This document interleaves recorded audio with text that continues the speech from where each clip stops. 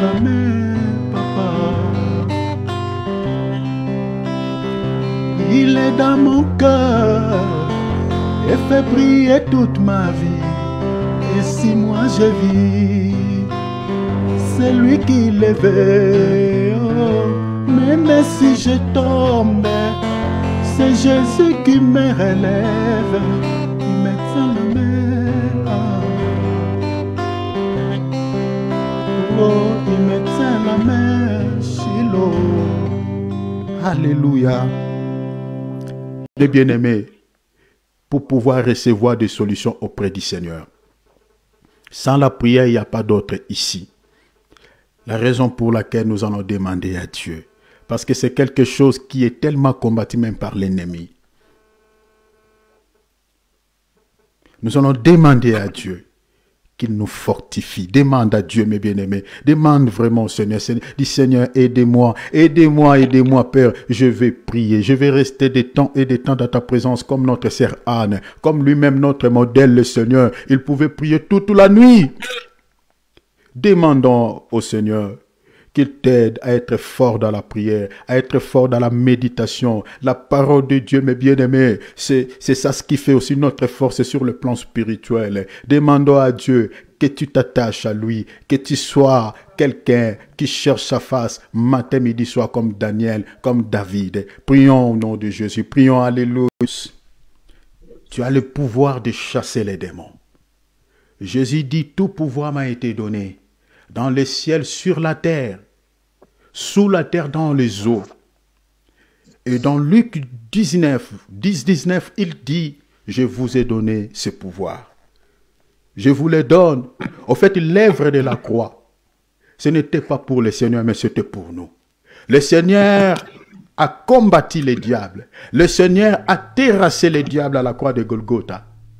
Ce n'était pas pour lui cette victoire, mais c'était pour que nous puissions les dominer. C'était pour que nous puissions avoir la suprématie, la domination sur les démons, sur le royaume des mondes des ténèbres.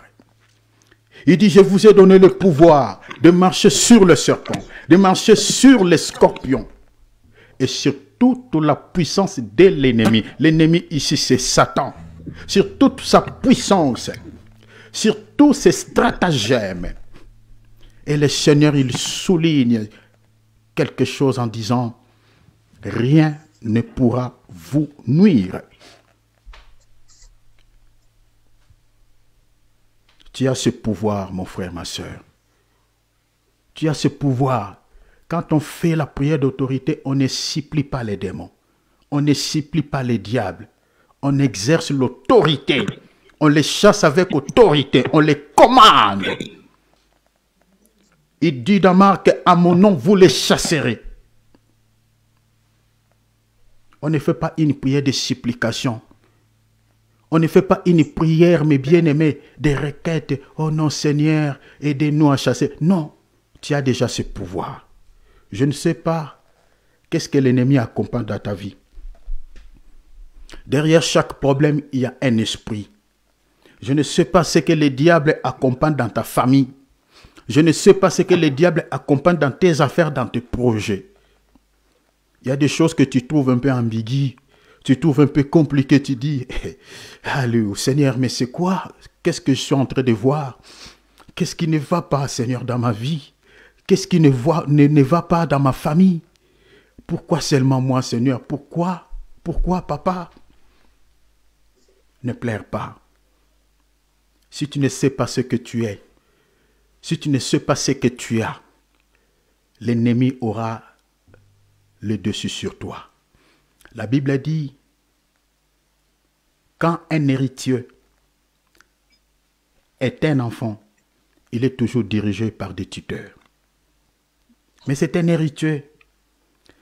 C'est un riche.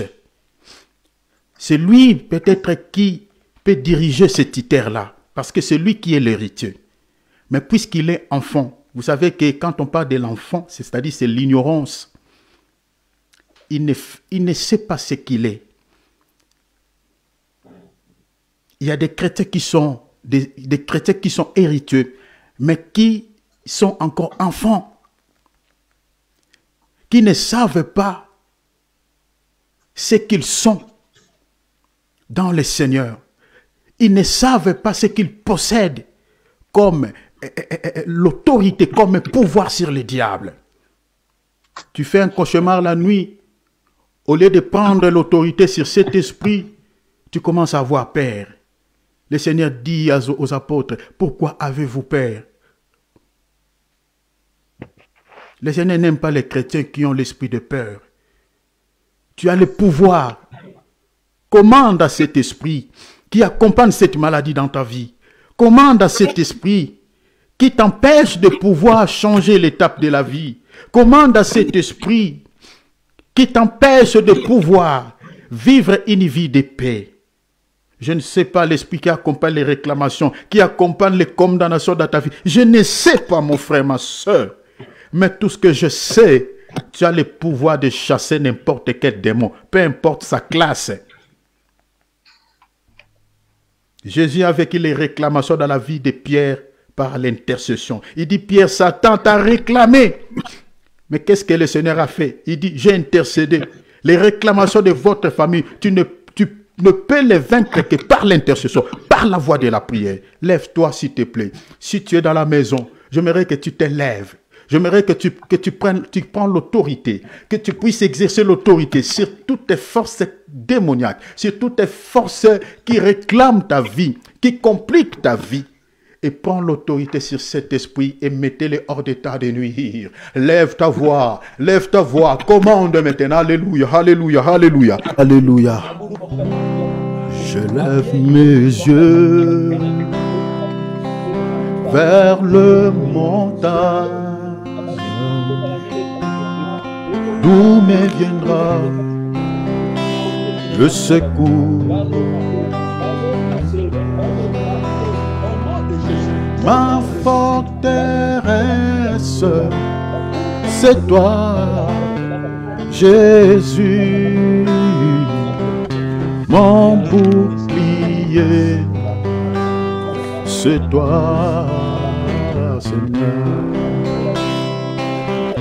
Que ta puissance descend sur nous, oh, l'onction divine comble nos cœurs. Adorer pour t'adorer, Yahweh, Yahweh, pour t'adorer, Seigneur Jésus, me voici pour toi. Alléluia, alléluia, pour t'adorer, Seigneur, pour t'adorer, Jésus, Jésus, pour t'adorer, Seigneur Jésus, me voici pour toi. Oh Jésus, jeton de David, l'agneau immolé, lion de Juda, étoile du matin, oh, et sois la puissance, la louange, la sagesse, oh, la force, l'honneur et la gloire, oh Jésus, encore une fois de plus, oh Jésus, rejetons de David, oh, l'agneau immolé, lion de Juda,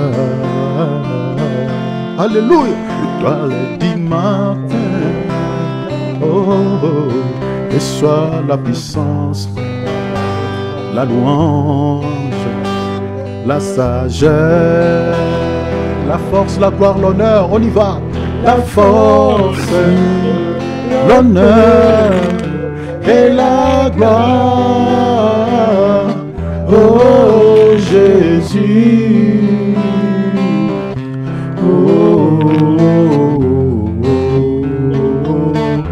Merci Seigneur. Alléluia, alléluia.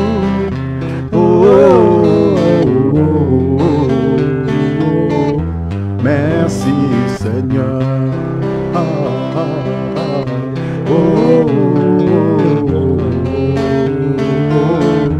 Merci Seigneur. Demande à Jésus qu'il te touche. Là où tu te sens mal, pose ta main là. Si tu as des problèmes, pose ta main dans le cœur. Là où tu te sens mal. Alléluia. Gloire à ton nom, Seigneur. Demande à Jésus qu'il te touche. Sois connecté à l'Esprit de Dieu qui est là. Alléluia. Touche-moi. Touche-moi. Touche-moi. Touche-moi. Touche nos familles. Touche nos enfants. Touche nos problèmes. Nous voulons être sauvés. Nous voulons être affranchis. Nous voulons être guéris. Nous voulons être bénis. Touche nos problèmes. Nos bien-aimés. Oh, nos mariages. Nos projets. Nous voulons être sauvés. Nous voulons être affranchis. Nous voulons être guéris. Nous voulons être bénis. La main visible, la main visible, la main du Père, la main de Dieu qui peut toucher sans douleur, qui peut guérir sans cicatrice. Nous voulons être sauvés, nous voulons être affranchis, nous voulons être guéris, nous voulons être bénis, papa. Papa, papa, oh papa, il est là, sentons sa présence, Jésus est là, sentons sa présence, Jésus est là, oh il est là, il est là, il est là, oh il est là. Sentons sa présence, Jésus est là. Sentons sa présence, Shiloh est là. Il est là, il est là, il est là. Il est là, il est là, il est là. Il est là, il est là, il est là. Il est là, il est là, il est là. Il est là, il est là, il est là. Il est là, il est là, il est là. Sentons sa présence, Jésus est là. Sentons sa présence, il est là. Oh, il est là. Oh, il est là.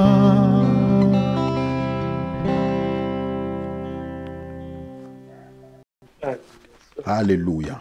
Dans les noms merveilleux de notre Seigneur et Sauveur Jésus-Christ que nous avons ainsi prié. Acclamons le roi de gloire. Donnons-lui gloire. Alléluia. Merci merveilleux Dieu. Merci le Seigneur de gloire.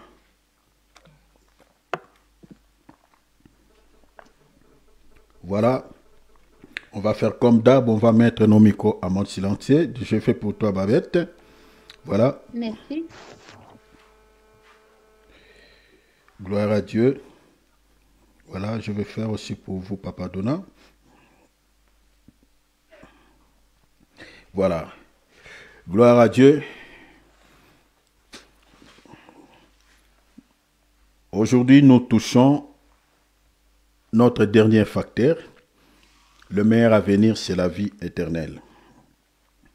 Donc, nous allons mettre un point virgule, mes bien-aimés, sur cet enseignement avec ces derniers points que nous allons aborder aujourd'hui. Mais je crois que par la grâce de Dieu, nous allons expliquer peut-être pendant, je pense, peut-être 2 semaines, je ne sais pas, peut-être pendant 2 semaines, on va expliquer ces derniers points. Ainsi, nous allons partager sur un autre thème, un nouveau thème. Voilà, donc c'est le dernier point que nous sommes en train d'aborder pour mettre un point virgule sur cette thématique que nous avions intitulée « Un faux pas peut ruiner tout son avenir ».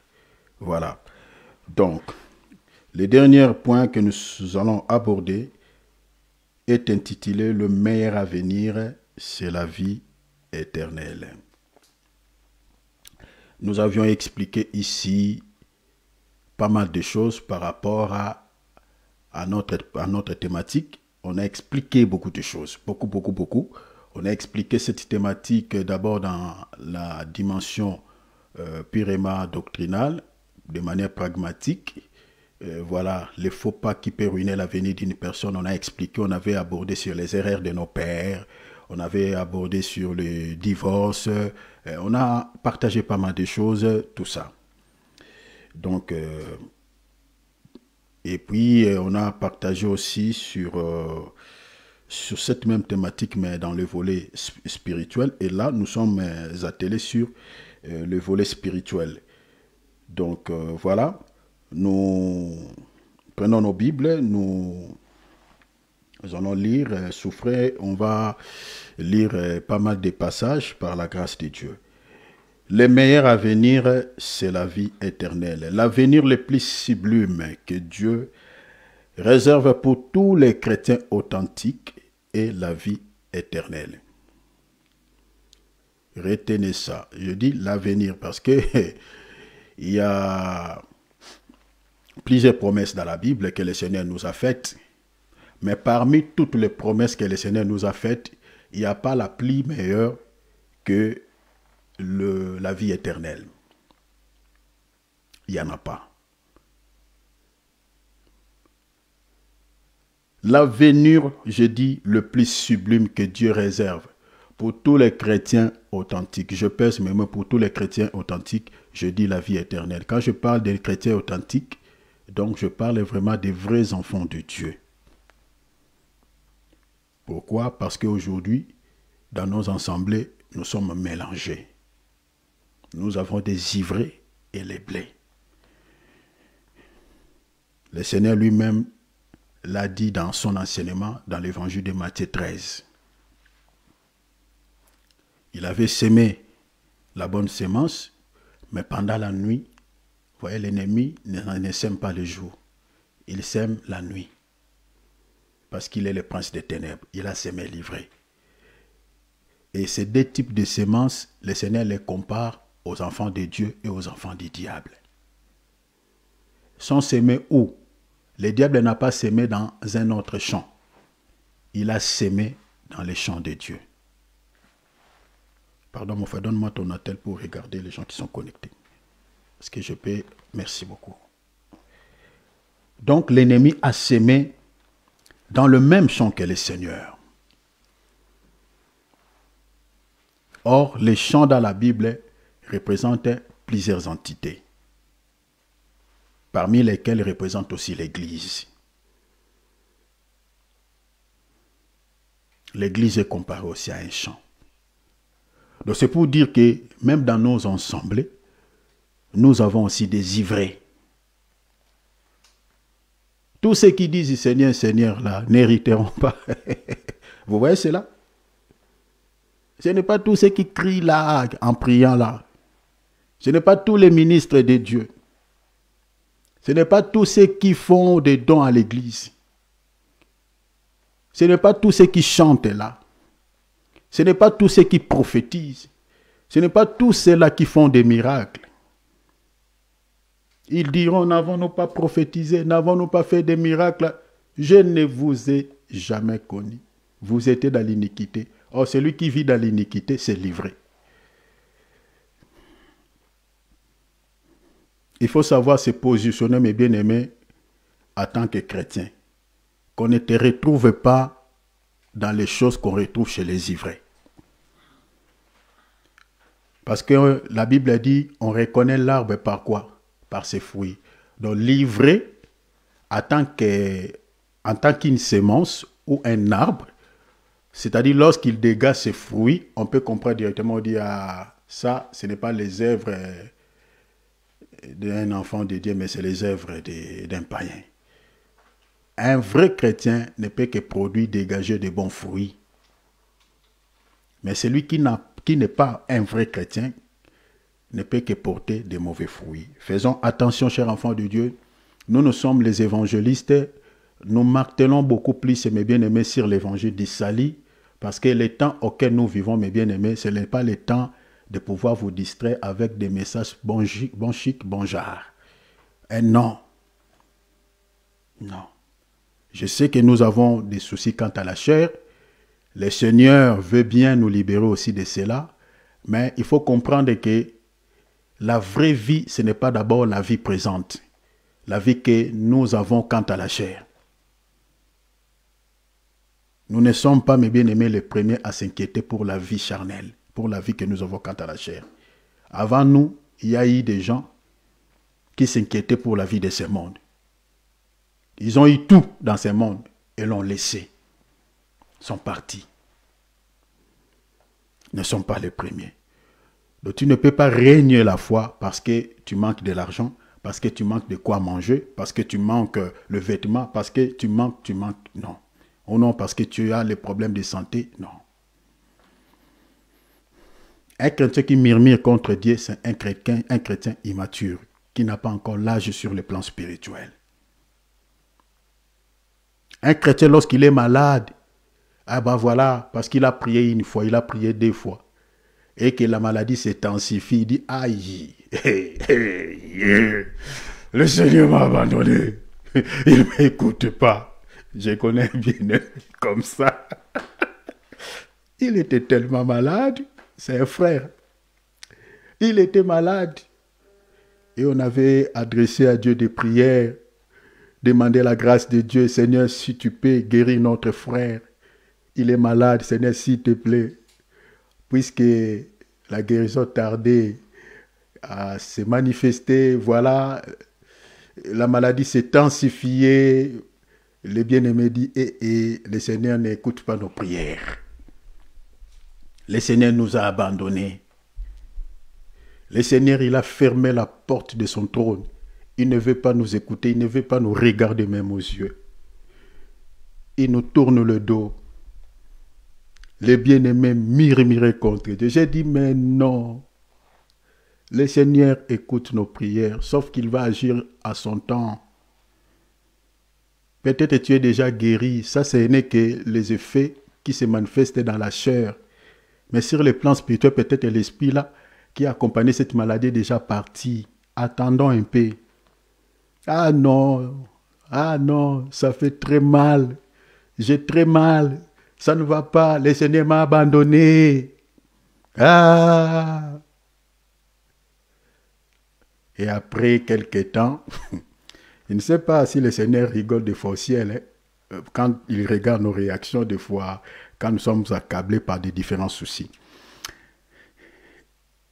Après quelques temps, la délivrance maintenant s'est manifestée, le bien-aimé est soulagé, il est guéri. Et là, je commence maintenant à l'exaucer. Tu vois, la guérison était en train de se télécharger, mais toi tu étais pressé. Voilà, là maintenant tu es guéri, c'est bon.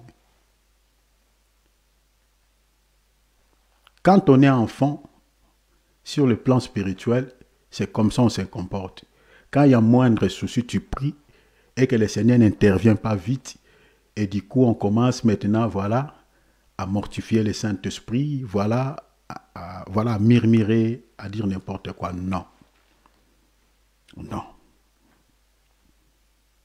Rien ne peut nous séparer de l'amour de Christ, la Bible déclare. Ni la mort, ni la vie. L'apôtre Paul dit ni les tribulations, ni les épreuves, On peut être éprouvé par une maladie, on peut être éprouvé d'une manière ou d'une autre. Mais cela ne peut pas nous séparer de l'amour de Christ. Regardez l'attitude de nos bien-aimés dans la foi, nos prédécesseurs. Prenons le cas de Paul et Silas. Regardez. Dans la prison, ils chantaient des louanges.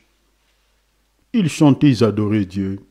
Akuma maleloyo. Ces gens-là sont dans un festin ou quoi?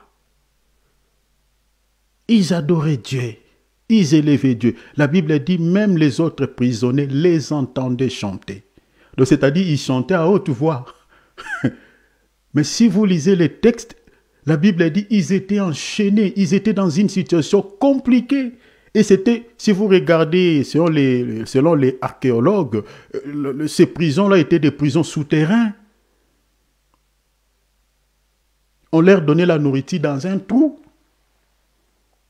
Ils étaient dans une situation catastrophique. Mais là, ils chantaient et leur voix se faisait entendre même aux gens qui étaient à l'extérieur. Et là, comme Dieu siège au milieu des louanges et d'adoration, la gloire de Dieu va descendre et il y a eu les trains. Ah non, Dieu est magnifique. Vous voyez l'attitude, ça c'est une bonne attitude. Quand on est accablé dans une situation compliquée, fais honte à l'ennemi. Parce que l'ennemi va penser que toi tu vas te séparer de Dieu, mais il faut le faire honte. D'ailleurs, tu vas intensifier encore ta vie de prière. Pendant ce temps-là, tu peux même entrer dans un jeûne rien que pour offrir des offrandes d'action de grâce à Dieu. Et les offrandes que tu vas offrir à Dieu, c'est ta situation-là, la situation que Dieu t'impose. Qu'est-ce que je dis pour nos bien-aimés Shadrach, Meshach et Abednego? Vous voyez? Accablés. Ils étaient seulement trois. Tous trois, je ne sais pas à ce moment-là, Daniel était où, mais dans la révélation, on peut comprendre là où il était, Daniel. Mais je laisse ça parce que nous ne sommes pas là. Mais ces trois compagnons de Daniel, tout le monde était d'accord avec la décision du roi, se mettait à genoux devant les statuettes, devant cette idole que le roi avait érigée. Mais ces trois compagnons de Daniel disaient, oh non, mais nous sommes quand même des Juifs. Nous connaissons le Dieu de nos pères. Nous ne pouvons pas se prosterner devant cette idole. Ils avaient l'enseignement. Ils savaient que non, quand on se prosterne devant une idole, en réalité, on n'aura pas un culte à quelque chose, mais à un démon. C'est ça ce que Paul dit. Est-ce qu'une idole est-elle quelque chose? Nullement. Ce qu'on a sacrifié, on a sacrifié un nom à Dieu, mais au démon. Une idole, quand vous voyez les gens se prosterner devant la statuette de Marie, c'est-à-dire ce n'est pas devant cette statuette, mais c'est devant un démon. Quand vous voyez les gens se prosterner devant les statuettes, par exemple, de Bouddha, tout ça, c'est devant les démons que ces gens-là se prosternèrent. Pourquoi l'idolâtrie dans la Bible est considérée comme un grand péché? Parce que vous êtes en train d'adorer un autre Dieu que le Créateur. Ils ont refusé catégoriquement parce qu'ils avaient l'enseignement. Maintenant, ces derniers devaient être maintenant quoi? Éprouvés. Ah bon? Ouais, vous avez refusé. Vous voulez garder toujours votre foi, votre enseignement là. De refuser de... Ok. Bon, l'effet est là. On va maintenant intensifier les degrés. On va chauffer la fournaise au 7e degré. Vous savez, quand le diable va vous éprouver là, veut s'attaquer à vous, mes bien-aimés, ce n'est pas avec des faibles coups. Hein. Il va te donner... Et là, le Seigneur est en train de regarder. Il sait que la délivrance interviendra, mais il regarde d'abord ta foi. La délivrance est venue quand? À quel moment? C'était où? Ce n'était pas en dehors de la fournaise, c'était au milieu des épreuves. La délivrance que tu cherches, tu l'obtiendras, mes bien-aimés, au milieu des épreuves. Toi, tu veux que le Seigneur te délivre, je ne sais pas à quelle manière, peut-être que voilà, le Seigneur te prouve de manière spéciale. Non. La délivrance souvent intervient quand nous sommes dedans, au milieu des épreuves. C'est là où Dieu manifeste aussi sa puissance. Et retenez, après chaque épreuve, mes bien-aimés, si on se tient bon, on reste fidèle à Dieu, il y a toujours les succès, il y a toujours l'élévation, il y a toujours des bénédictions. Rappelez-vous de ces 3 compagnons de Daniel. Après ces passages, les passages de cette épreuve, le Seigneur les avait bénis. Vous voyez cela? Donc, c'est pour cela Jacques dit, heureux celui qui supporte patiemment l'épreuve. Je ne sais pas la situation à laquelle tu traverses, mais j'aimerais te dire que tu n'es bon. Ça ne va pas te tuer. Vous voyez, nous avons des images dans l'ombre dans la Bible. Shadrach et Meshach Abednego n'étaient pas morts. Si Shadrach, Meshach Abednego n'étaient pas morts, c'est-à-dire même toi l'épreuve que tu traverses là ne te tuera pas. Ce n'est qu'une ombre. Mais bien aimé, l'ombre ne tue pas. Le Seigneur dit, la Bible dit, même quand je traverse la vallée de l'ombre de la mort, ne crains rien. Je suis avec toi. C'est-à-dire, dans cette épreuve, le Seigneur est là. Et puis la Bible dit quoi? C'est une ombre qui te fait peur, l'ombre de la mort. L'ombre ne tue pas. Vous voyez? L'apôtre Pierre dit, l'or est souvent éprouvé par quoi? Par l'eau, par les faits. Mais est-ce que l'or se consume? Non. Au contraire, c'est dans le fait que l'or manifeste sa beauté. Si tu es vraiment un vrai chrétien, c'est dans les épreuves qu'on saura que toi, tu es vraiment un vrai enfant de Dieu. Et c'est là où, mes bien-aimés, tu vas manifester ton identité, l'identité en tant que chrétien. Est-ce que vous voyez cela? Donc, soyez encouragés au travers de cette petite exhortation. Ne pêche pas, ne tombez pas dans l'apostasie, n'abandonne pas le Seigneur, parce que les situations voilà, sur lesquelles tu traverses, c'est un peu compliqué. Voilà, tu dis, mais puis que j'ai commencé à prier, j'ai jeûné, j'ai fait ça. Bon. Non, restez fidèle à Dieu. Restez attaché à Dieu. Au moment opportun, le Seigneur va te libérer de cette situation, comme il avait fait pour nos prédécesseurs dans la foi. Alors, d'après la Bible, il existe deux formes de vie, selon la parole de Dieu, selon la pensée de Dieu. Il y en a deux formes de vie, ou si vous voulez, deux types de vie.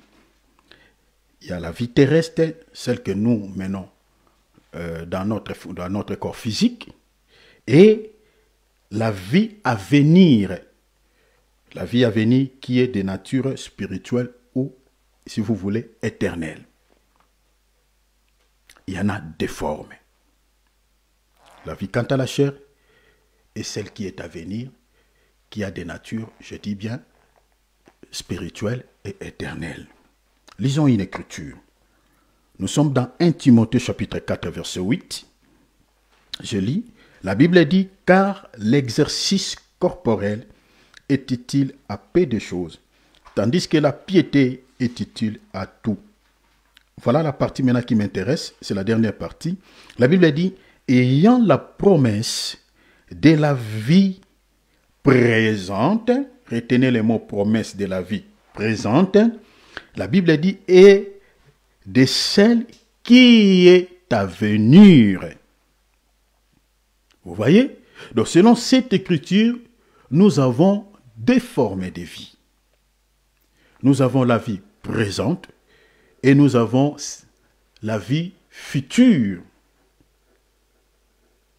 Donc les gens qui pensent que voilà, profitons de la vie, voilà, mangeons, buvons, après voilà, après cette vie, il y en a, c'est fini. On meurt et puis il n'y a plus rien. Ces gens-là se trompent. Après la vie que nous avons quant à la chair, la Bible dit, il y a encore une autre vie. Dans les jours à venir, il y a une autre vie. Retenez ça, cher enfant de Dieu. Donc, en dehors de la vie que nous menons sur la terre, il y en a une autre vie. C'est ça ce que le texte dit. La Bible dit, ayant la promesse de la vie présente, vous voyez, la Bible dit, et celle qui est à venir.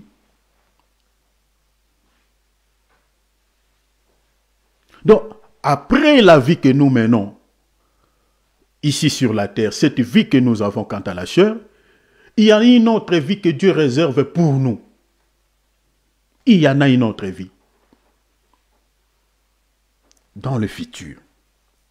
Mais, ce qui me tue ici, il y a une promesse qui est attachée à ces deux formes de vie. Il y a une promesse. La Bible dit, la promesse est attachée d'abord, un, à la vie présente, et deux, à celle qui est à venir. Mais quelle est cette promesse qui est attachée à ces deux types de vie?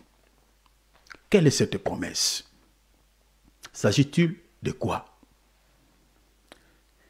Lisons une écriture. Marc chapitre 10, verset 29. Chou-frère, on va lire beaucoup, nous sommes dans l'enseignement. Marc chapitre 10, on va lire les versets 29 et les versets 30. Soyons comme des béréens, chers enfants de Dieu. Aimons la parole. Donc, avec votre Bible à côté, vous avez un calepin, vous notez des points importants. La Bible dit, Jésus répondit, « Je vous le dis en vérité, il n'est personne qui ayant quitté à cause de moi et à cause de la bonne nouvelle, sa maison, ou ses frères, ou ses sœurs, ou sa mère, ou son père. » Donc retenez ici, je vais attirer votre attention à quelque chose. Vous savez, quand on fait la lecture, il faut s'apaisantir, il faut veiller sur le mot.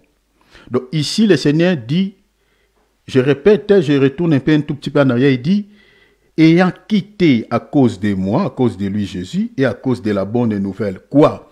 Le Seigneur dit, sa maison, la maison est au singulier, ses frères au pluriel, ou ses sœurs au pluriel, ou sa mère au singulier, ou son frère, son père au singulier, ou ses enfants au pluriel, la Bible dit, ou ses terres au pluriel. Maintenant, dans le verset 30, le Seigneur dit, ne reçoivent au centuple. Vous voyez cela? Ne reçoivent au centuple.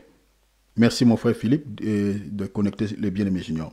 Ne reçoivent au centuple présentement. Vous voyez la vie présente. Présentement, dans ces siècles-ci, on ne dit pas dans les siècles à venir, dans ces siècles-ci, parce que j'ai pris cette écriture pour expliquer cette promesse qui est attachée à la vie présente et puis à celle qui est à venir. Maintenant, c'est pour ça que j'ai pris cette écriture.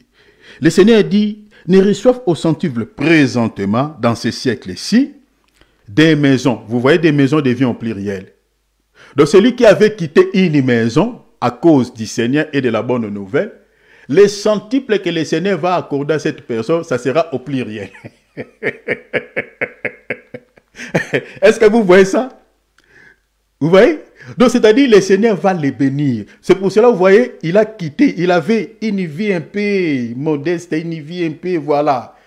Donc si tu avais, je prends un exemple simple. Tu étais en train de faire un commerce, tu avais seulement un fonds de $100, mais quand tu as tout laissé à cause du Seigneur, tu dis, bon, j'ai tout abandonné pour le Seigneur, je vais suivre le Seigneur, je vais consacrer mes temps à la parole de Dieu, je vais consacrer mes temps à prêcher l'évangile, je vais servir le Seigneur dans ma vie. Le fait que tu as fait ces mouvements-là, sache que cette promesse est à toi. Le Seigneur dit, tu auras les centuples. C'est-à-dire, le Seigneur va multiplier ta bénédiction, en quelque sorte. Il dit, présentement à ce siècle-ci, le Seigneur dit, il aura quoi? Des maisons, des frères, des sœurs, des mères, des enfants et des terres. Mais retenez, je reviendrai pour expliquer cet élément. Il dit, des terres avec des persécutions. Après il dit, et dans les siècles à venir, la vie éternelle. Vous voyez? Dans les siècles à venir, la vie éternelle. Donc c'est-à-dire la vie que nous avons quant à la chair. En tant que chrétien, cette vie est attachée aussi aux promesses. Donc, en tant qu'enfant de Dieu, si tu n'as pas de travail, tu peux prier le Seigneur peut te bénir avec un bon travail. En tant qu'enfant de Dieu, tu travailles mais tu n'as pas de promotion, mais tu peux prier pour une promotion. Le Seigneur peut te bénir et t'accorder une bonne promotion. Mais faisons attention. Cette promesse est attachée aux gens. Ce n'est pas aux païens d'abord, aux païens, non. C'est-à-dire aux enfants de Dieu qui ont droit à la bénédiction, hein, qui ont droit de bénéficier de cette bénédiction qui est symbolisée ici, hein, parce que la Bible dit les centuples. Les centuples, en fait, c'est la bénédiction terrestre. Donc, c'est-à-dire cet enfant de Dieu-là qui a une situation un peu compliquée. Mais le fait qu'il a tout quitté, à cause du Seigneur, il a abandonné. Prenons par exemple une sœur qui avait une vie, je peux dire, une bonne vie par la voie de la prostitution, parce que voilà, il avait plusieurs copains, voilà, qui lui donnaient de l'argent, tout ça, et il vivait dans ça. Mais lorsqu'il a écouté l'évangile, lorsqu'elle a écouté la parole, elle a entendu la voix du Seigneur dans son cœur, il dit non, si je continue à mener cette vie, à continuer à vivre dans la prostitution, de vivre dans l'impudicité, si le Seigneur vient nous chercher aujourd'hui, moi j'irai en enfer. Si je meurs aujourd'hui, le sort final qui m'est réservé, c'est le jugement du Seigneur. Oh non, je quitte cette vie, j'abandonne cette vie. Il quitte cette vie à cause du Seigneur. Elle suit le Seigneur. Elle commence à évangéliser la parole de Dieu aux autres prostituées. Cette promesse est à elle. Elle peut la réclamer dans la prière. Elle peut dire, Seigneur, toi tu as dit que si nous quittons tout à cause de l'évangile, si nous avons tout quitté à cause de toi, Seigneur, tu ne nous laisseras pas les mains vides. Tu ne nous laisseras pas dans la pauvreté. Tu ne nous laisseras pas dans la misère. Oh Seigneur, souviens-toi de moi. Le Seigneur exaucera sa prière. Parce que vous savez, mes bien-aimés, le Seigneur n'écoute que sa parole. Le Seigneur n'est pas un fils de l'homme pour nous mentir. Il ne peut jamais se renier. Il se rappellera de ce qu'il dit ici. Parce qu'il dit, celui qui a quitté tout à cause de moi. À cause de l'évangile, le Seigneur dit, il aura les centuples.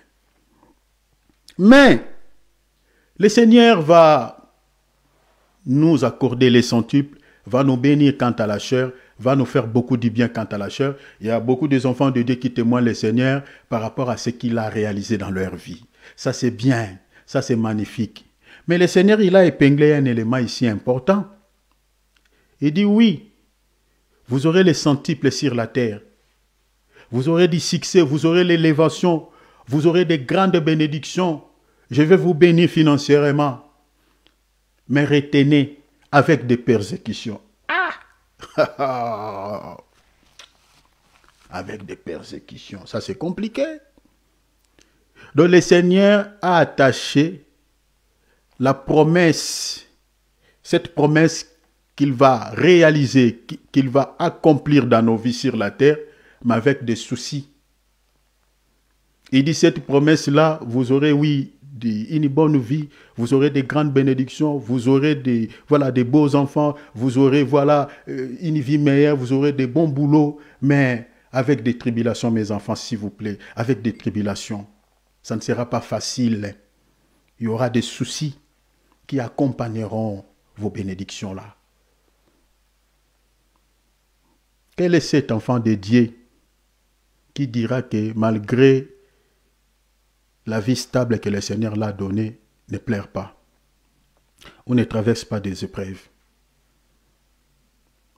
ou ne vit pas des tribulations dans sa vie? Quel est cet enfant de Dieu qui dira ça? Quel est cet enfant de Dieu? Vous savez, ici le Seigneur parle et dit, il parle des enfants et dit, vous aurez même des enfants, c'est-à-dire même des stériles auront des enfants. Or, pour avoir des enfants, il faut se marier. C'est-à-dire, on parle du mariage, il faut se marier. Je parle de la Bible, il faut se marier. Mais vous savez que la Bible dit quoi? Les mariés auront les tribulations. Vous voyez? Donc, même si le Seigneur nous donne les enfants dans les mariages, mais ces mariages-là, il y a des tribulations qui accompagnent. Ici, je suis dans 1 Corinthiens chapitre 7. Vous pouvez lire, je crois, les versets 28. Donc, que ce soit les mariages chrétiens, il n'y a aucune différence peut-être avec les mariages des païens. Là-bas aussi, il y a quelques soucis. Il y a aussi des tribulations. Ceux qui sont mariés, la Bible dit, auront des tribulations. Donc, vous voyez que, mes bien-aimés, la vie terrestre, la vie que nous avons sur la terre, malgré le Seigneur a attaché cette vie à de belles promesses, mais quelque part il y aura des soucis, il y aura des persécutions, il y aura des tribulations, il y aura des inquiétudes. Ça, c'est la vie de ce monde. Regardez, vous savez, dans la Bible, les richesses terrestres sont comparées comme des épines. Vous savez ça, cher enfant de Dieu, les richesses de ce monde sont considérées comme des épines. Je suis dans Matthieu, chapitre 13, verset 22. Regarde. Celui qui a reçu la semence parmi les épines, c'est celui qui attend la parole, mais en qui les soucis du siècle, c'est-à-dire les inquiétudes pour les choses de ce monde, les affaires de ce monde qui font la guerre dans nos cœurs. Vous voyez, les soucis des choses de ce monde. La Bible dit, et la séduction des richesses étouffe quoi? Étouffe la parole et la rend infructueuse. Vous voyez ici les soucis des choses de ce monde, les inquiétudes que nous avons pour les choses de ce monde, des affaires de ce monde, est considérées comme des épines. Les richesses de ce monde sont considérées comme des épines. Or, les épines dans la Bible parlent de la souffrance. Les épines dans la Bible expliquent les souffrances, expliquent le malheur.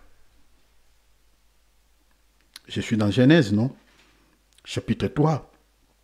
Vous pouvez lire à partir du verset 17 jusqu'au verset 19. Je vais lire rapidement pour vous. Nous sommes dans l'enseignement, souffrons au lit. Il dit ensuite à Adam, parce que vous avez écouté la voix de votre femme et que vous avez mangé du fruit de l'arbre dont je vous avais défendu de manger. Regarde, le Seigneur dit, la terre sera maudite à cause de vous, à cause plutôt de ce que vous avez fait. Et vous n'en tirerez de quoi vous nourrir pendant toute votre vie qu'avec beaucoup de travail. Verset 18, il dit, elle, la terre, vous produira des épines. La terre produira des épines et des ronces. Et vous vous nourrirez de l'herbe de la terre. C'est-à-dire la terre qui va produire des épines, c'est là où vous allez récupérer des herbes, les légumes pour pouvoir manger. Verset 19, il dit, vous mangerez votre pain à la sueur de votre visage, jusqu'à ce que vous retourniez en la terre d'où vous avez été tirés, car vous êtes poudre et vous retournerez en poudre. La terre, la Bible dit quoi? À cause du péché de nos deux grands-parents, la terre va nous produire des épines. Les épines, dans le contexte de ce passage, le Seigneur parle quoi? De la souffrance. Il a dit tout ce que l'homme va faire ne sera pas facile. Parce que toutes les richesses de ce monde, mes bien-aimés, sortent de la terre. Tout. C'est la terre qui donne tout. C'est la terre. Tout. Tout ce que nous mangeons. Tout ce que nous utilisons, c'est la terre. Si la terre ne donne plus rien, on n'aura plus rien. Tout sort de la terre. Mais toutes les richesses que nous avons qui sortent de la terre, mes bien-aimés, c'est au milieu aussi des épines, au milieu de beaucoup de souffrances. Laisse-moi nous dire, mes bien-aimés, les richesses de ce monde ne procurent pas le bonheur. L'argent ne procure pas le bonheur. Dans la Bible, le bonheur a un nom. Tout à l'heure, là, je toucherai une écriture, peut-être qui est des fois mal interprétée par certains. Mais nous allons lire cette écriture vraiment dans son sens contextuel, vous allez comprendre. La terre, mes bien-aimés. Il y a certains enfants de Dieu qui pensent que oui, Seigneur, si tu me donnes un bon travail, j'aurai vraiment la paix. Ah là, c'est fini, je vais bien te servir. Il y a d'autres que le Seigneur les a éprouvés. Il lui donne un bon travail. Le Seigneur commence à lui regarder. Les frères priaient 1 heure, ça commence à diminuer. 40 minutes, 30 minutes, tata. Il commence à donner des excuses à Dieu. Il dit, Seigneur, pardonne-moi. Tu vois, mon chef avait hurlé contre moi hier. En tout cas, s'il te plaît, Seigneur. Mais bien aimé, la vie de ce monde, c'est une vie qui est liée aux persécutions, qui est liée aux souffrances, qui est liée aux soucis. Tu penses que voilà, si le Seigneur te donne la vie de l'autre, tu auras. Mais bien aimé, chacun de nous plaire dans son coin, dans un domaine quelconque, peut-être que toi, toi, tu ne connais pas. Chacun a son propre problème à lui. Ça ne sert à rien d'envier la vie de l'autre. Ça ne sert à rien. Parce qu'il y a certaines personnes qui envient la vie des autres. Ils pensent que voilà, les autres sont bien. Et voilà. Mais bien aimé, détrompez-vous. Détrompez-vous. Nous, on a prié pour plusieurs catégories de personnes dans ce monde. On a prié pour les gens les plus pauvres. On a prié pour les gens qui ont des vies moyennes. On a prié pour les gens qui sont riches, qui ne manquent rien. Il a tout. Un homme riche, millionnaire. Moi, j'ai prié pour ce genre de personnes. Pourquoi j'étais allé prier pour ces gens? Parce qu'ils étaient accablés par des soucis. Son argent était incapable de pouvoir lui accorder une solution. On a prié pour certains riches qui étaient tombés malades. Et cette maladie l'a conduit à la mort. Son argent ne pouvait rien faire.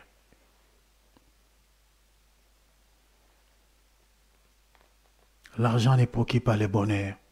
Les richesses de ce monde, mes bien-aimés, est attachée aux persécutions, est attachée aux souffrances. Les maladies sont là. Beaucoup de problèmes est attaché à cela. Voilà pourquoi Salomon, après avoir tout amassé, à la fin, il dit vanité de vanité. Il n'était pas toujours satisfait. Il dit vanité dans des vanités. C'est comme si on poursuit les vents. Il n'y a rien.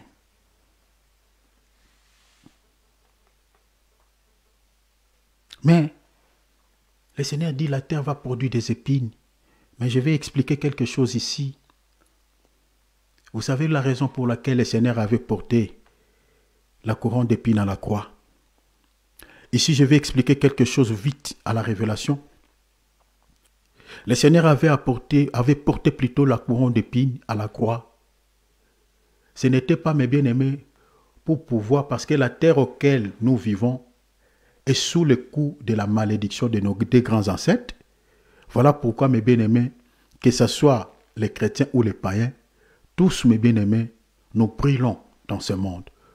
Nous traversons des fois des mêmes souffrances. Des fois, il n'y a pas la différence.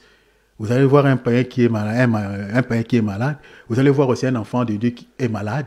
Voilà, nous plairons tous. Mais retenez, vous savez que l'œuvre que le Seigneur avait accomplie à la croix, la raison pour laquelle il avait porté la couronne d'épines, ce n'était pas, mes bien-aimés, pour nous libérer de la souffrance de ce monde, mais pour nous libérer, mes bien-aimés, de la souffrance à venir. C'était ça. La raison pour laquelle dans le règne millénaire, mes bien-aimés, il n'y aura plus de souffrance. Parce que les règnes millénaires, nous n'allons pas, mes bien-aimés, les passer au ciel, mais nous allons les vivre ici sur la terre. Nous allons les passer ici sur la terre. Là, il n'y aura plus de pleurs. Il n'y aura plus de soucis. Il n'y aura plus de maladies. Il n'y aura plus des inquiétudes. On ne travaillera plus, mais bien aimé, pour avoir la nourriture. Donc l'œuvre de la croix, c'est pour l'avenir éternel. Donc vous voyez que, mes bien-aimés, il y a une belle promesse qui est attachée à la vie à venir et non à la vie de ce monde. C'est pour ça que vous allez voir, par exemple, dans Matthieu chapitre plutôt combien 6, verset 33, il dit, premièrement, cherchez le royaume et la justice. Ne cherchez pas d'abord, premièrement, la vie de ce monde, les choses de ce monde. Premièrement, la vie à venir. Ainsi, vous pouvez maintenant réclamer auprès de votre papa quelque chose de ce monde. Pourquoi? Parce qu'il y a des belles promesses qui sont attachées à la vie à venir. Voilà pourquoi j'ai dit que le meilleur à venir, mes bien-aimés, c'est la vie éternelle. La vie de ce monde, mes bien-aimés, détrompez-vous. Même si tu es devenu riche, tu as beaucoup d'argent, tu as tout, mes bien-aimés, il y aura toujours des choses qui vont te faire plairer. Il y aura toujours des choses qui vont te faire plairer. Et tu n'auras jamais la paix. Sans Jésus, tu n'auras jamais la paix. Sans Jésus. Jésus a porté la couronne d'épines. Il a enlevé la malédiction de la terre, et non pour la vie que nous avons aujourd'hui, mais il a gardé cette bénédiction pour la vie à venir, pour la vie future. Au règne millénaire, nous n'allons plus pleurer. Il n'y aura plus de pleurs. Vous savez, mes bien-aimés,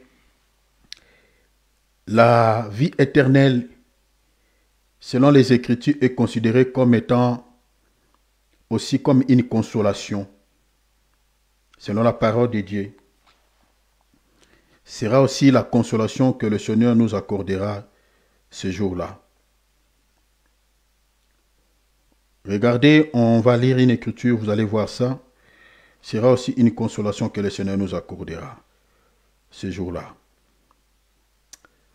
Lisons 2 Thessaloniciens, chapitre 2, verset 16.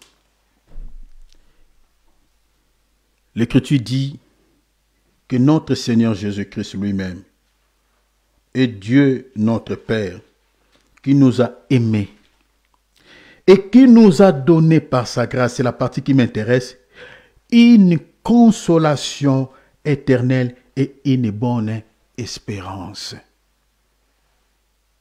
Nous avons déjà cette vie en nous, mais cela n'est pas encore manifesté. Je reviendrai là pour expliquer en profondeur la vie éternelle.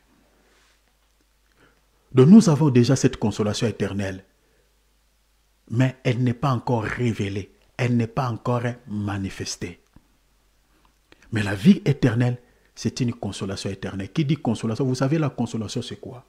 La consolation, c'est lorsque vous avez eu des problèmes et qu'on vous donne les solutions par rapport à ces problèmes. C'est ça la consolation. Vous comprenez? C'est-à-dire, le Seigneur va régler tous les soucis que nous avons aujourd'hui sur la terre. On n'aura plus ces soucis. C'est ça la consolation. C'est pour cela que vous allez remarquer dans l'Apocalypse, Apocalypse 21, verset 2 à 3, le Seigneur dit, la Bible dit, je vis descendre du ciel, d'auprès de Dieu, la ville sainte, la nouvelle Jérusalem qui est l'image de l'Église, préparée comme une épouse, l'épouse de l'agneau, qui s'est préparée pour son époux Jésus, qui s'est parée pour son époux. La Bible dit, verset 3, et j'ai entendu du trône une forte voix qui disait, voici le tabernacle de Dieu avec les hommes.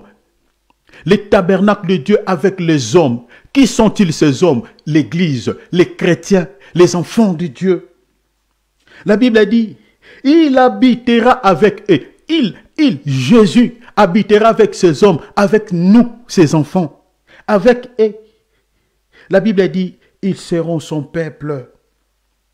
Et Dieu lui-même sera avec eux. Oh mon Dieu, on ne va plus se séparer avec le Père. Le Père ne s'éloignera plus avec nous. Alléluia. Alléluia. Oh, la vie éternelle, c'est une vie meilleure. C'est une vie meilleure. Là, dans le verset 4, il dit, il essuiera toutes larmes. Vous voyez la consolation? Il essuiera toutes larmes de leurs yeux. Aujourd'hui, nous pleurons quand nous sommes accablés par des épreuves. Vous savez que mes bien-aimés, l'épreuve ne réjouit pas les cœurs. L'épreuve ne réjouit pas. L'apôtre Pierre dit quoi? Il faut que vous soyez attristés par des différentes épreuves.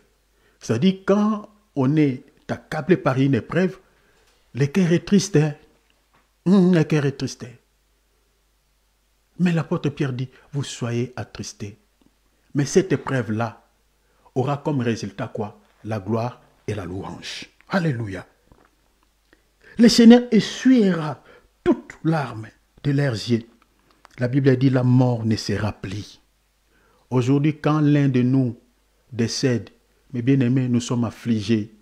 On se demande des fois, Seigneur, pourquoi tu n'as pas écouté nos prières? Pourquoi tu ne l'as pas laissé en vie?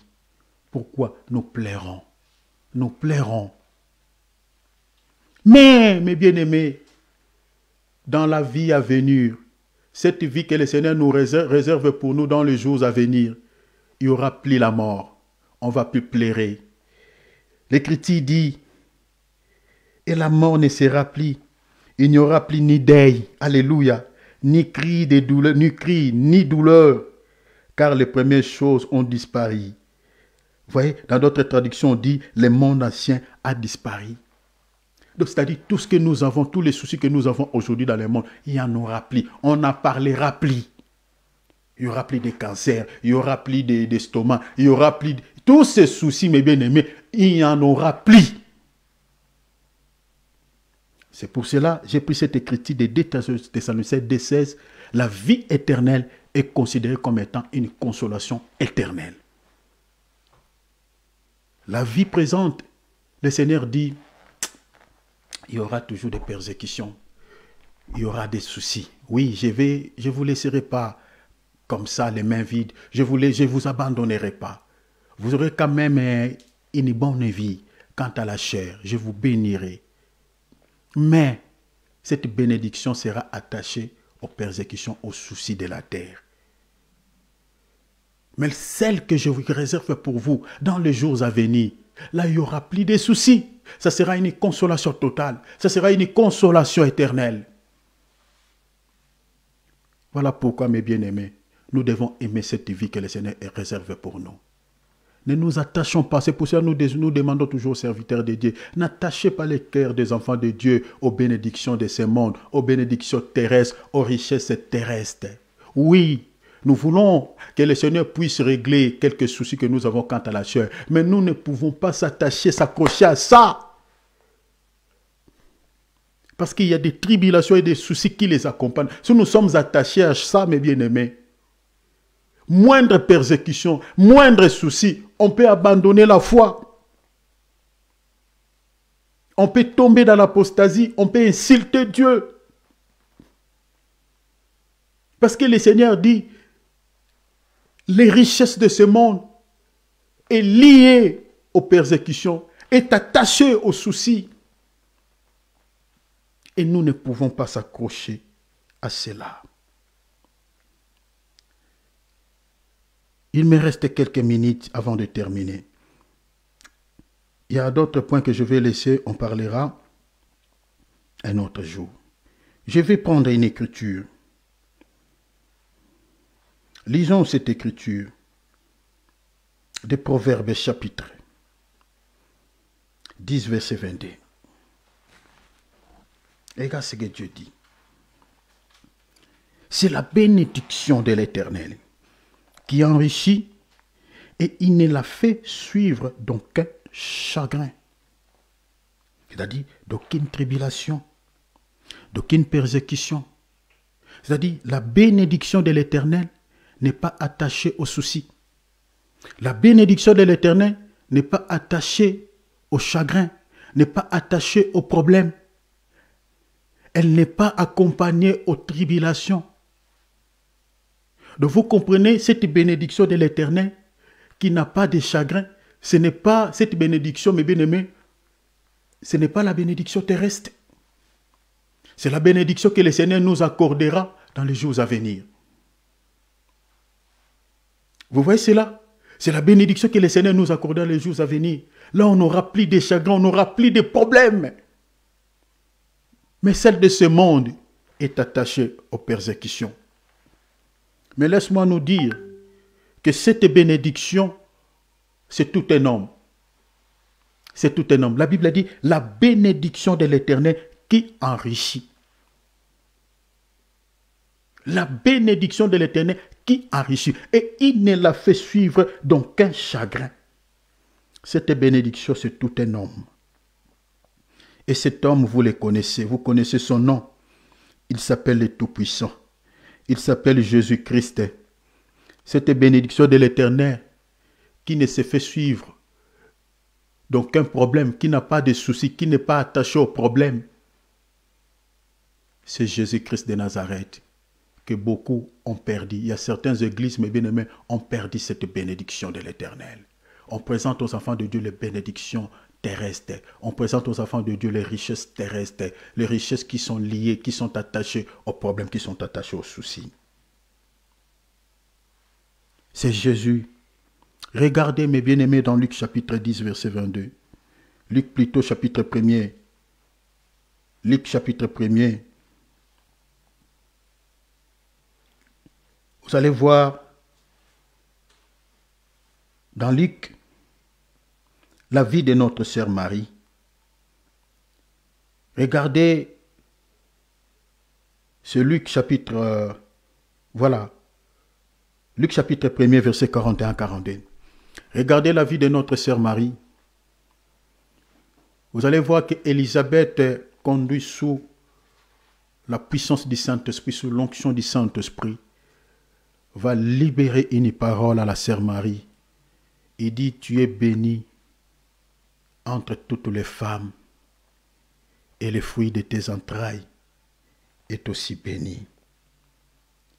La Bible dit, elle s'écria remplie du Saint-Esprit. C'est-à-dire, ce qu'Élisabeth était en train de libérer, ce n'était pas sous, les influences de la chair, mais parce qu'elle était remplie du Saint-Esprit, sous la direction du Saint-Esprit. Elle s'adressa à Marie. Elle s'écria d'une voix forte, « Tu es bénie entre les femmes, Marie, et le fruit de ton sein est béni. » Marie, elle était bénie parmi toutes les femmes, et non parce qu'elle était vierge. Elle était bénie à cause du fruit qui était, le fruit ici remplaçait Jésus, à cause de la présence de Jésus qui était dans son sein. Vous voyez la bénédiction de l'Éternel. C'est-à-dire, celui qui était dans son sein, c'est la bénédiction de l'Éternel. Et le fait qu'elle avait Jésus dans son cœur, dans son sein, qui était le béni de l'Éternel, et Élisabeth, remplie du Saint-Esprit, dit, toi tu ne vois pas Marie, mais Marie, elle est bénie de l'Éternel. Parce qu'elle porte une bénédiction, automatiquement, elle est bénie. Laisse-moi, mon frère, ma soeur, te dire que le fait que tu as Jésus en toi, tu es béni.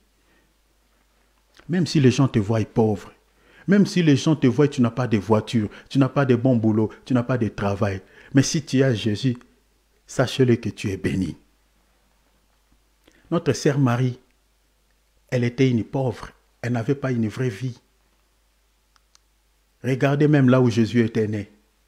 Regardez même quand Marie, voulait aller amener Jésus dans le temple pour, bénir Jésus, consacrer Jésus. Elle avait amené quelle offrande de toute elle. L'offrande des pauvres. Parce que ceux qui avaient des moyens en Israël amenaient quoi? Amenaient des agneaux. Mais Marie, pour attester qu'elle était une femme pauvre, l'offrande des pauvres, de toute elle. Elle était une femme pauvre physiquement. Donc vous voyez que mes bien-aimés, on peut être pauvre physiquement, mais sur le plan spirituel, on est béni, on est riche. Vous comprenez la bénédiction de l'Éternel qui enrichit? Elle est différente de la bénédiction terrestre. C'est pour cela, bien-aimés dans le Seigneur, il ne faut pas juger certains enfants de Dieu par l'apparence. Faisons attention. Faisons attention.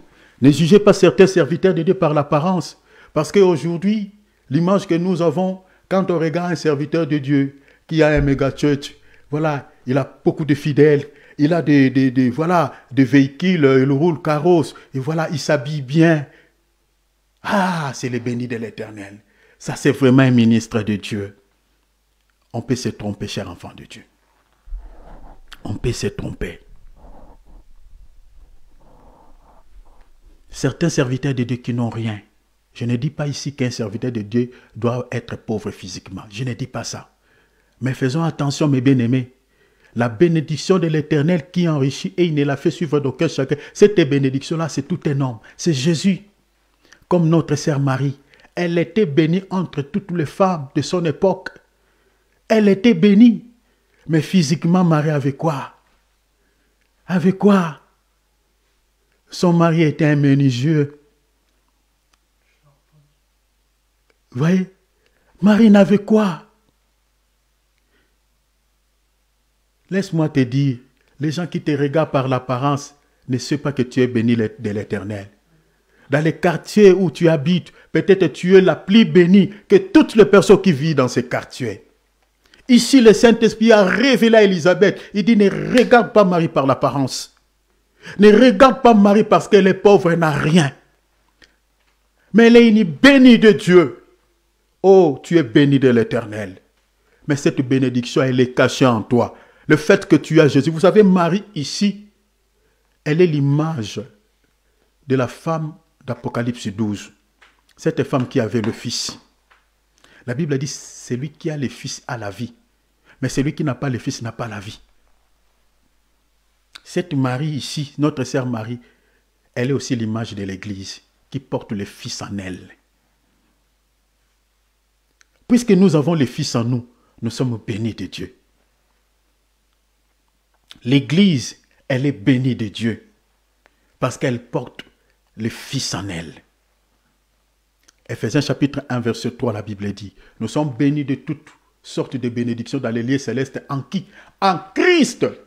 Le fait que nous avons Christ, nous sommes bénis de toutes sortes de bénédictions spirituelles. Où? Dans les lieux célestes. C'est ça, Marie. Le fait que nous avons le Fils en nous, nous sommes les bénis de Dieu. Les bénis de Dieu. Mais cette bénédiction, il y a un jour, elle se manifestera. Regardez, vous savez, l'église de Laodicée, elle était parmi les églises que le Seigneur avait réprimandées à ce temps-là. Je suis dans Apocalypse chapitre 3, à partir du verset 14 jusqu'au verset 18. Cette église s'est frappée le thorax en disant, oui, je suis riche, je n'ai besoin de rien. Physiquement, c'était une église riche. C'était une église qui ne manquait rien. Ça ressemble aux églises que nous voyons aujourd'hui. Plein de véhicules à l'extérieur. Vous voyez la manière dont les gens s'habillent, vous regardez, ça dégage vraiment que oui, ça, c'est une église qui sont riches financièrement. Mais aux yeux de Dieu, c'était une église pauvre. C'était une église pauvre. Certains chrétiens sont comme ça aux yeux de Dieu. Parce que ici, quand je parle de l'église, je ne parle pas des bâtiments, mais je parle des hommes.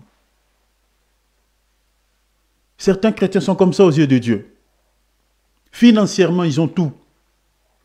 Financièrement, ils témoignent tout le temps à l'église. Le Seigneur m'a béni. J'avais fait une affaire de 20 000 $. Et le Seigneur a multiplié mon argent. J'ai obtenu deux fois, de double. J'ai maintenant 60 000 $.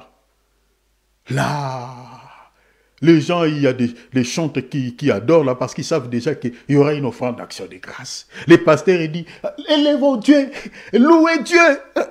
Il y a des chants, on chante, on sait déjà les pasteurs, c'est qu'ici, il y aura vraiment une bonne dîme. Il regarde déjà les mamans pasteurs. Il dit, le Seigneur agit.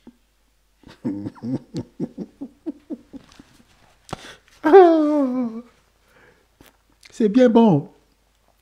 On a dit ce qu'on ne veut pas parce qu'il nous a fait aussi la promesse. Physiquement, il nous bénira. Mais il faut aussi s'assurer si on a aussi la vraie bénédiction que notre sœur Marie avait. Il faut aussi s'assurer parce que cette bénédiction, c'est la bénédiction de l'Éternel qui n'est rien d'autre que les fruits qui étaient dans les seins de Marie. C'est-à-dire, ici, je parle de Jésus. Le béni, c'était elle. Le Saint-Esprit dit, elle est bénie entre toutes les femmes. Et les fruits de son sein est béni. Donc, elle n'est pas bénie parce qu'elle est vierge. Oui, elle est vierge, elle garde sa virginité. Mais retenez que dans la Bible, il y a aussi des vierges impures. Tu peux être vierge même pure. Marie a été bénie à cause de ce qui était dans son sein. Si tu as cette bénédiction-là, aux yeux de Dieu, Dieu te louera. Il dit oui, tu es béni de Dieu parce que je vois le Fils est en toi.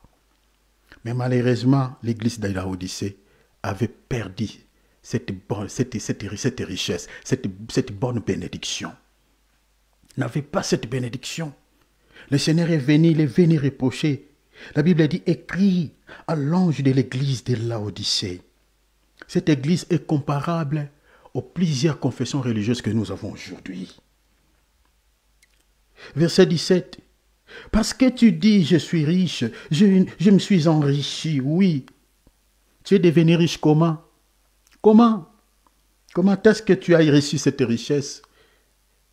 Parce que tu as vendu quoi à l'église? Quelle est cette affaire que tu as fait dans l'église du Seigneur? L'église du Seigneur est devenue ton entreprise. Comme j'ai vu un pasteur sur la toile, ce pasteur-là, elle a méprisé. Cette vidéo a choqué tout le monde. A choqué tout le monde. Elle a méprisé une femme qui venait vers cet homme de Dieu. J'étais son nom ici et le nom de son église. La femme est venue avec l'offrande de 2000 francs pour pouvoir donner à cet homme de Dieu afin que l'homme de Dieu puisse pouvoir prier pour elle. L'homme de Dieu a refusé cette offrande de 2000 francs. Non seulement elle a refusé, mais publiquement, il a méprisé cette femme. Il dit, toi tu me donnes l'offrande de 2000 francs. 2000 francs, si vous voulez, mes bien-aimés, c'est combien, frère David, si on calcule en dollars ou en euros, pour ceux qui ne connaissent pas la monnaie congolaise? 2 centimes. À peu près 2 centimes. 2 centimes d'euros. Donc, c'est-à-dire, la femme, elle est pauvre, mais elle veut être bénie. Mais elle n'a pas eu droit à la bénédiction à cause de son enfant. L'homme de Dieu dit, toi, tu me regardes comment? Moi, je suis ce genre de serviteur de Dieu que tu peux donner 2000 francs, c'est-à-dire 2 centimes euros. Il dit, rentre avec toi. Publiquement, la femme est restée, mes bien-aimés, elle ne pouvait pas se bouger, elle est sentie humiliée, ridiculisée, elle ne savait plus quoi faire. Donc même pour pouvoir retourner là où elle était assise, mes bien-aimés, elle a eu du mal. Ça choquait tout le monde. Je vis cet homme de Dieu. Elle a présenté des esquisses, mais la manière même elle présente des esquisses, mes bien-aimés, vous sentez que ça ne vient pas de son cœur. Même la manière dont il dit, bon, voilà, on m'a appelé par mes collègues. Ah, donc si tes collègues ne t'avaient pas appelé, tu ne pouvais pas présenter des esquisses. Vous voyez? Ça, c'est l'église de Laodicée. Qui met plus l'accent sur quoi? Sur l'argent, les dieux mammons. Je crois que quand on parlera sur de fausses doctrines et de faux prophètes, mes bien-aimés, je vous demande toujours d'être fidèle à ce programme. On va vous expliquer des choses. Je sais que ça va choquer beaucoup de gens, mais je me laisserai guider par le Seigneur. Je ne vais pas choquer les gens, mais je me laisserai guider. Ça choquait les gens. L'église de Laodicée, qui mettait plus l'accent sur la bénédiction matérielle et non sur la vraie bénédiction, celle qui était spirituelle. Le Seigneur dit, oui, tu frappes le thorax. Oui, tu dis, tu es riche et tu es enrichi. Tu t'es enrichi. Tu es enrichi comment? Tu es devenu riche comment? Comme certaines églises, tout est devenu payant. Il y a de l'eau bénite payant, l'huile d'onction payant, les services de délivrance payants. C'est ça la Odyssée. Si vous êtes dans une assemblée où on vous demande avant de passer à la délivrance, on vous demande les sous. Mais bien aimé, prenez les jambes à votre cou, sortez de cette église. C'est une salle d'attente qui vous conduira en enfer. Le Seigneur a dit, vous avez reçu gratuitement, donnez aussi gratuitement. Donc vous voyez ici, l'église de Laodicée, il dit, je me suis enrichi. Mais bien aimé, cette richesse est venue d'où? Vous comprenez déjà que la richesse de cette église, la source n'était pas bonne aussi. Mais regarde, le Seigneur le Seigneur dit à cette église, je suis dans le verset 17, et je n'ai besoin de rien. Et le Seigneur dit, et parce que tu ne sais pas, et parce que l'église de Laodicée, tu ne sais pas, et parce que tu ne sais pas que tu es malheureux, misérable et pauvre, et aveugle, nu. Oui, cher enfant de Dieu, on peut être riche physiquement, on peut avoir des moyens physiquement, mais si on n'a pas la vraie bénédiction, Si on n'a pas la vraie bénédiction dont Jésus réclame à cette église, aux yeux de Dieu, nous sommes des pauvres. Aux yeux de Dieu, nous sommes des malheureux. Aux yeux de Dieu, nous sommes même misérables. Parce qu'on n'a pas la vraie richesse. Or, les pauvres n'hériteront pas le ciel. Attention, je parle des pauvres sur le plan spirituel. C'est-à-dire ceux qui n'ont pas cette bénédiction dont Jésus réclame ici, n'hériteront pas le ciel. Mais regarde, Jésus dit à cette église, je te conseille d'acheter de moi l'or éprouvé par les faits, pas n'importe quel est l'or, pas l'or éprouvé dans l'eau, pas l'or éprouvé je ne sais pas par quoi, mais l'or éprouvé par les faits. Pourquoi la Bible souligne sur l'or éprouvé par les faits? Parce qu'il y a aussi plusieurs ors qui sont éprouvés d'une manière ou d'une autre. Vous savez qu'un Dieu est une divinité. C'est-à-dire l'or, au fait, j'aimerais vous dire ceci, l'or représente la divinité. Regardez même dans le Tanakh, vous remarquerez que la majorité des dieux des païens étaient représentés par l'or, ou soit l'argent. Même par rapport à notre Seigneur et Sauveur Jésus-Christ, dans Lamentation 3, Jérémie est en train de prophétiser sur le Seigneur Jésus-Christ. Il dit l'or a perdu son éclat. C'est à la croix qu'il avait perdu son éclat. Parce que l'or éprouvé par les faits ici, le Seigneur parlait de lui-même. Parce qu'il a été éprouvé à la croix de Golgotha. Les faits dont on fait mention le preuve que le Seigneur avait enduré à la croix de Golgotha. Il parle de lui-même. Il dit, je te conseille d'acheter de moi l'or éprouvé par les faits. Il dit, pourquoi? Afin que tu deviennes riche. Ah! Cet or-là, cette église, aux yeux de gens, c'était une église bénie. Mais aux yeux de Dieu, c'était une église pauvre qui n'avait plus l'or éprouvé par les faits. En fait, le Seigneur était rejeté en dehors de cette église. Chers enfants de Dieu, chacun de nous doit s'examiner et se poser la question si dans son cœur, il garde encore l'or éprouvé par les faits. Si dans son cœur, il a ce tort. Beaucoup des églises n'ont plus ce tort. Pourquoi? Parce qu'on met plus l'accent sur la bénédiction matérielle, sur les choses qui n'ont rien à voir, mais bien aimé, avec notre salut. Dans Job 22, 24, 25, jette l'or d'Ophir, jette l'or dans la poussière, l'or d'Ophir, parmi les cailloux des torrents. Verset 25.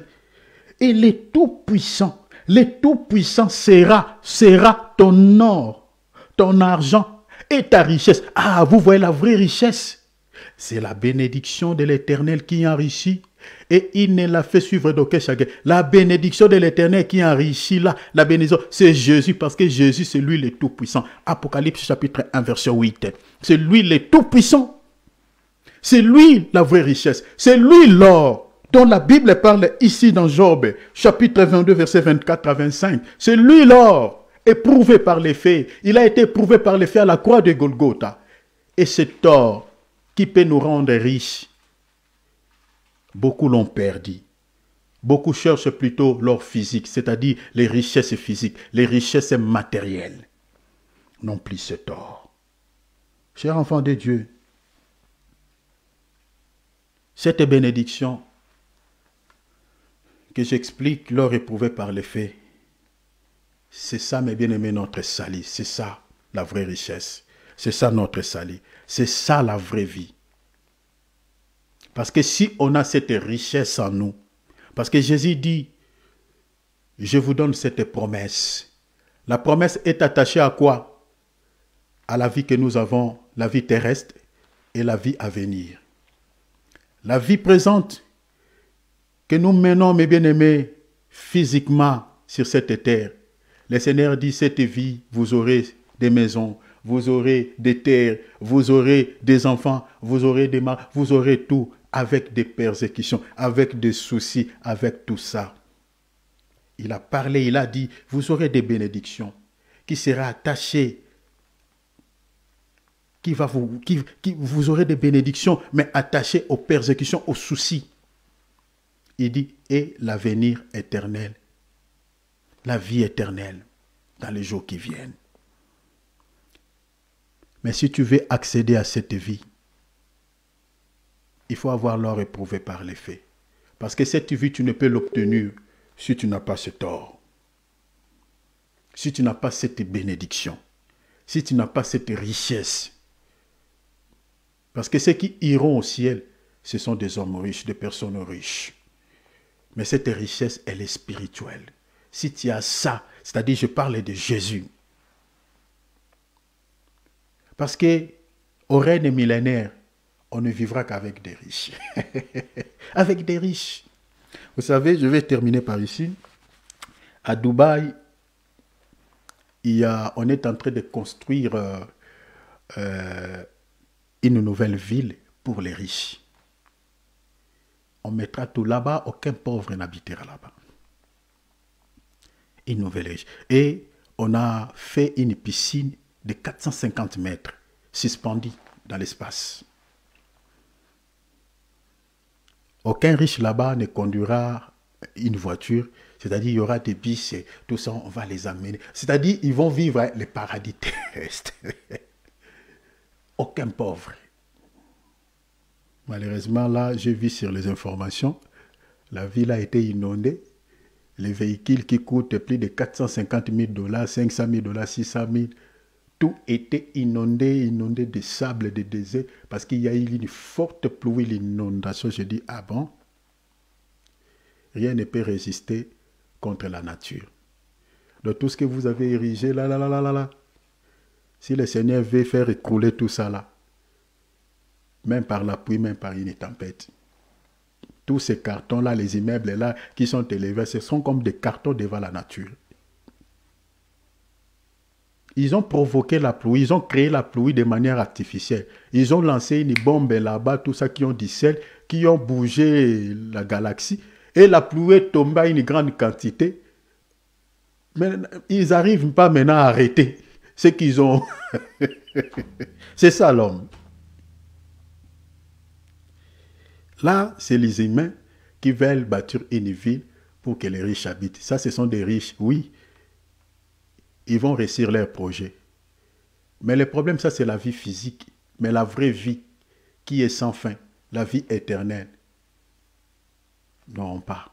Aux yeux de Dieu, n'ont pas cette vie. S'ils n'ont pas Dieu, ils passeront toute leur éternité en enfer. Attachons-nous, mes bien-aimés, à la vraie vie. La vraie vie, c'est le Seigneur.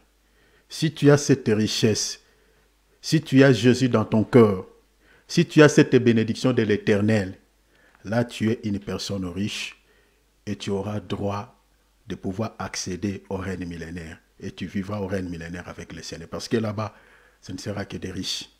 Et pour ça, j'ai dit, le meilleur avenir, c'est la vie éternelle. Vous savez, comme David dit, le bonheur et la grâce. Vous savez, dans ce monde, il n'y a pas le bonheur. Ce monde n'a pas l'essence dans ce monde que nous vivons. Ce mot aura vraiment son sens dans les règnes millénaires, le bonheur. C'est là où on connaîtra le vrai sens de ce mot.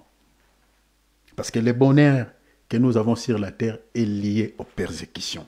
Il n'y en a pas vraiment. Attachons-nous à Jésus. Je crois que nous allons continuer à beaucoup de points. J'expliquerai par la grâce de Dieu certains points. Parce qu'aujourd'hui, nous avons cette vie. Mais cette vie, elle n'est pas encore manifestée. Je vais expliquer d'autres éléments par rapport à cela. Elle n'est pas manifestée, mais elle est cachée. J'expliquerai à quel moment sera manifestée. Et j'expliquerai d'autres choses par rapport à cette vie, mes bien-aimés, que le Seigneur réserve pour nous dans les jours à venir. Sinon, le Seigneur de gloire vous bénisse. Nous allons prier. Ouvrons nos micros, acclamons la parole. Amen. Dieu bénisse pour ce message. Amen. Amen. Merci mon frère. Merci beaucoup mes bien-aimés. Gloire à Dieu. Nous allons prier le Seigneur. Nous allons demander au Seigneur de pouvoir nous aider à s'accrocher à la vraie vie. Oui, nous voulons que le Seigneur puisse nous bénir aussi physiquement Le Seigneur puisse nous accorder, régler les soucis que nous avons quant à la chair. Mais mes bien-aimés, demande à Dieu que tu t'attaches à la vraie vie. Et cette vie est accordée par la parole. S'attacher au Seigneur, garder le Seigneur dans ton cœur. L'église de Laodicée ne savait pas qu'il avait perdu cette richesse. Elle était pauvre aux yeux de Dieu. Mais demande à Jésus. Dis Jésus, aidez-moi à s'attacher à la vraie vie. Aidez-moi à s'attacher à ta parole. Aidez-moi à s'accrocher à toi. Que tes yeux soient rivés vers Jésus. Que tes yeux ne soient pas braqués sur les choses de ce monde. Parce que tout passera. Mais la parole de Dieu ne passera jamais.